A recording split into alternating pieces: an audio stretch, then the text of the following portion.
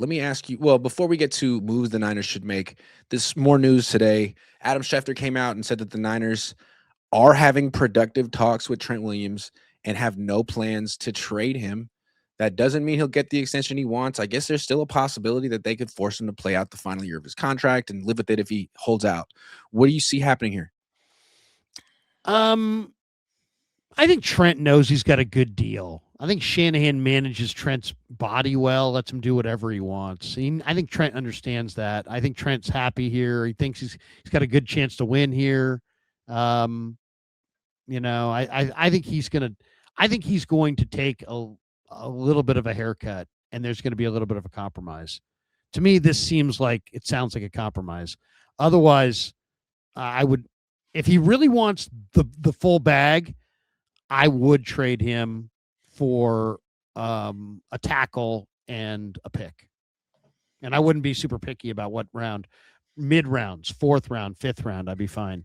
I know that sounds crazy because he's such a great player, but you're going to go another $100 million dead cap situation in 2028 or something because you keep extending a 38-year-old offensive lineman instead of replacing him. I think they've leaned so heavily on him. I would like to see them attempt to replace him.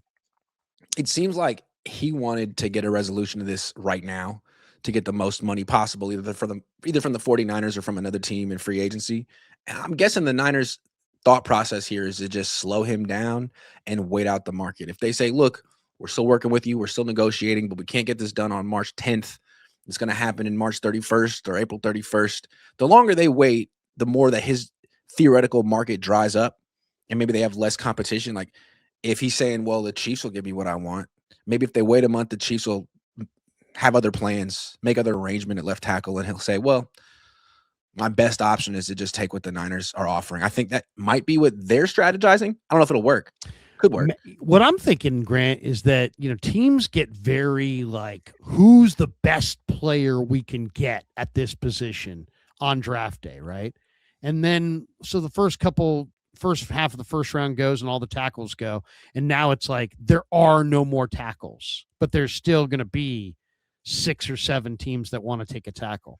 And that's where I think the 49ers might be able to say, hey, look, give us your 2nd round pick and we'll give you our 4th round pick and Trent Williams here, where they move up from the 4th round to the 2nd round with Trent Williams and get offensive lineman X that is going to step in. And doesn't the fact that they sign Mike Evans make you feel like they're going to find a way to hold on to Trent Williams? I mean, yeah, they talk about rebuilding, but they're not. They have the oldest offense in the league, and they're committing to that timeline. They don't have 2 timelines here.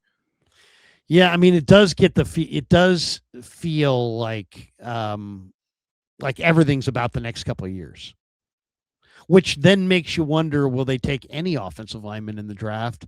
Because offensive linemen usually take a couple of years to develop. Is it fair to say, though, that like from Kyle and John's perspective, like while they're not on the hot seat yet, they're not going to stay here indefinitely, and at a certain point they have to have a Super Bowl victory to keep this going, and that could be year 11 or year 12, and maybe don't fully rebuild in year 11 when you could get fired if you miss the playoffs. It's like, all right, we'll try to rebuild parts here and there, but essentially we got to hold on to Trent and all these older players, because if we don't have a ring in a year or 2 or 3, we're all probably going to be gone anyway. Yeah, we don't know their bottom line. Jed Right. may have said, get me a ring by 2027. Yeah, 2028. Who knows? Yeah, we don't know. You're not going to be here forever. Nobody gets forever. No. Heck, I mean, Mike Tomlin won one, and he, John Harbaugh won. They're not there anymore. Mike Shanahan won multiples, and eventually Denver said, off to Washington you go. Yeah. So, it's nobody gets forever. They're not going to get forever. Maybe they feel like they're thinking a little bit more short term because their own window of get it done or that's it. But there's no indication of that. And it's interesting. It's like, are they on one timeline or 2 timelines? Like, are they on a regime timeline, or is like Lynch like on an extreme timeline and Shanahan's got a more relaxed timeline? I don't know, because Shanahan seems to have more equity within his within the league as a head coach than maybe John does as a general manager. And That's that's true, but it's complicated too, right? Because what does John do on the 49ers? Doesn't it seem like the Niners kind of don't have a general manager and that Kyle Shanahan is putting the roster together and that John Lynch is sort of speaking for him and that Kyle Shanahan's a hell of a coach, like maybe a top 5 coach in the league. But when you look at the 49ers blunders throughout the years with their roster construction, is that John or is that, I guess we'll never know. But my we'll never know. suspicion is that it's Kyle. And that maybe the team would be better off if they actually empower John Lynch to do his job instead of letting Kyle Shanahan overrule him. I guarantee you, if we had the backstory on every single draft, they've now gone through 9 drafts. I guarantee you there's been some give and take. I guarantee you, Kyle said to John, "Hey, John, what do you think?" And he said, "Hey, Solomon Thomas, I had the class with him. He was amazing." Mm-hmm. Or Kyle, what do you think? I mean, all these trade ups for Jalen Hurd, CJ Beathard, Joe Williams, Dante Pettis, I got to believe those are all on Kyle. Mm-hmm. I can't imagine that John Lynch overruled Kyle Shanahan, traded up for offensive players that Kyle did not want. It's just not plausible.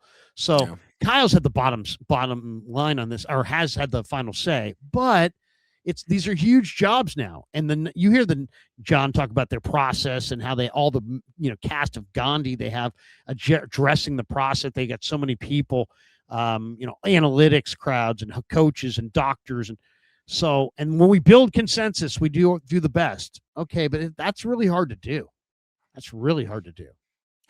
They just remind me so much of the Warriors, in the sense that they're unwilling to sort of like rip off the Band-Aid and rebuild, tear it down and rebuild.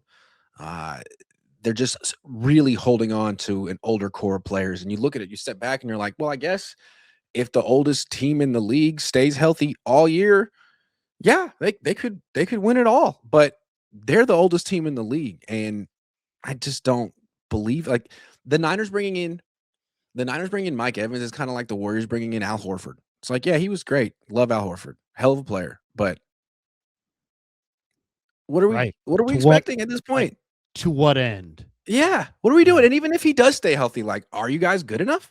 Yeah. Even if you get the best version of Al Horford, like, what are you doing? Conference championship, maybe? Yeah, maybe. I don't know.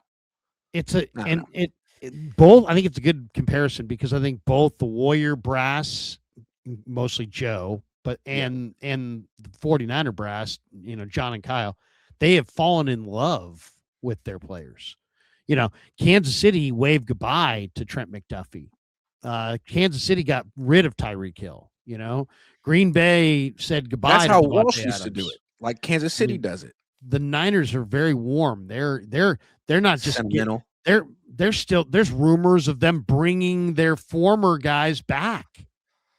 They don't seem to. Does it seem to you like CMC, Juice, Kittle, Trent, Warner, Bosa, any of their best players who are all past their prime?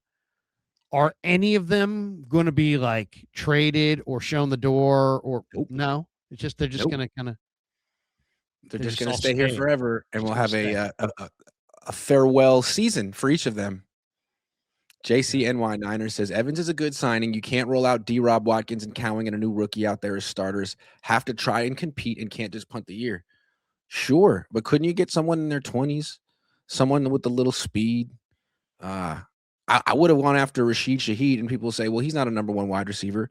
Is Evans anymore? I'm just saying. Or if you wanted a number 1 legit one, you could have traded for A.J. Brown. He's supposed to be on the market. You got a first-round pick that you're going to mess up. Trade that. I mean, maybe like this. So how should you fill the rest of your needs? A tight end, should they go get Zach Ertz? And at running back, should they find, some older running back and who used to be able to do it? And I mean, when Adam Peters adds another old player to that old-ass Commanders team, we all laugh. Every time he does it, it's like, here he goes, Adam Peters. Guess where they got him? The Niners. He's just doing a John Lynch impression or a Kyle Shanahan impression, whoever is running the Niners. I think meanwhile, the Chiefs have like the 4th youngest team in the league. They're not messing around. The Seahawks have one of the youngest teams in the league. Yeah. This is what happened to John Gruden at the end with the Bucs. He had old-ass Mike Allstott and a bunch of old players. You got to move on. It's because Kyle has this very specific offense where like every play is a paragraph. kids coming out of college have never played football like that before. They look at a screen, they see Cartman, 3 cartoons, and an ice cream cone, and they're like, okay, well, that's Chip's right. It just seems like it's hard to teach this to young kids. And so you're stuck with guys who went to Stanford and Harvard 10, 15 years ago. You got to coach them. You got to coach them. Just, do you want to coach, or is it just about, calling plays and sequencing plays and, figuring out what's the best play to run? Eventually you got to coach these guys up, especially if you have a young team. If they got they're going to lean young. Maybe, Mike Shanahan did not develop a lot of quarterbacks. There are some coaches that really like to develop young quarterbacks. Wow. Shots fired at Brian Greasy. Yeah. I mean, do the Niners want to develop young quarterbacks? It doesn't, I thought it was likely they'd go for Kirk Cousins, though I did see Pittsburgh may go after Cousins if they move Mac. Oh, they love now it doesn't seem like they're going to be able to move Mac. Thomas says, do you still think Niners go wide receiver at 27? I don't. No, they definitely don't. More likely O-line, D-line, or really anything on defense. I would say defensive end, defensive tackle, linebacker. The W888 says Niners need to trade Kyle for a pick and sign Mike Tomlin and Kurt Warner and Jim Schwartz. Then fire John Lynch, bring Eddie D back as president of operations, sign assistant GM from the Seahawks to be the GM. That was very creative. I like that. Creative. Do you think Mike Tomlin still wants to coach is coming back? I'm sure he wants to coach, but he's going to take a full year off and regroup. I mean, this thing's a grind, man. It's an absolute grind. It is. Siegfried says, why Eagles sign Woolen when they need safeties? Eagles sign Woolen? I didn't see that. Did that just happen? Let's see. Reek Woolen. Ooh, 27 minutes ago.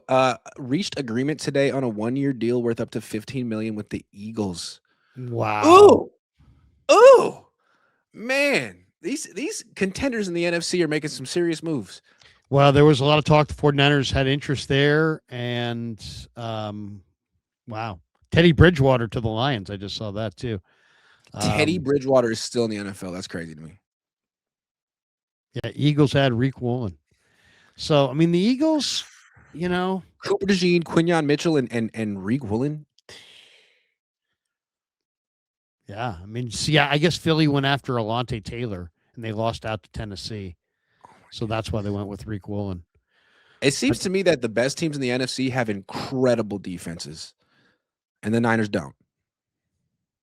And the Saints signed Caden Ellis. There was that talk that the Caden Ellis may join Raheem Morris. He goes to New Orleans instead.